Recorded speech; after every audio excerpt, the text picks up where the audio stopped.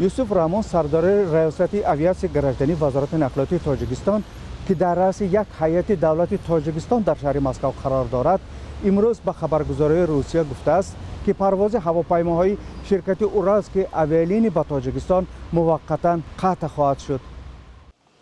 با گفته یوسف رحمان پروازها از 4 شهر روسیه کراسنودار، اوفا، چلیابنسک و کراسنودار به دوشنبه از ساعت دیم وقت مسکو روز جمعه 23 دکبر قطع شدند.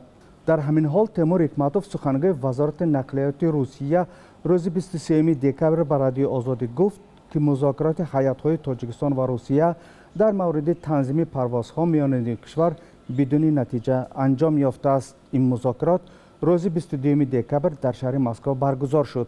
روسیه از روز 23 دکبر پرواز هواپیماهای شرکتی سامان ایر تاجیکستان به بعضی از منطقه‌های این کشور از جمله قزان و ایرکوتسک، ارنبورگ و سوچی و نوسیبیرسک را منع کرد.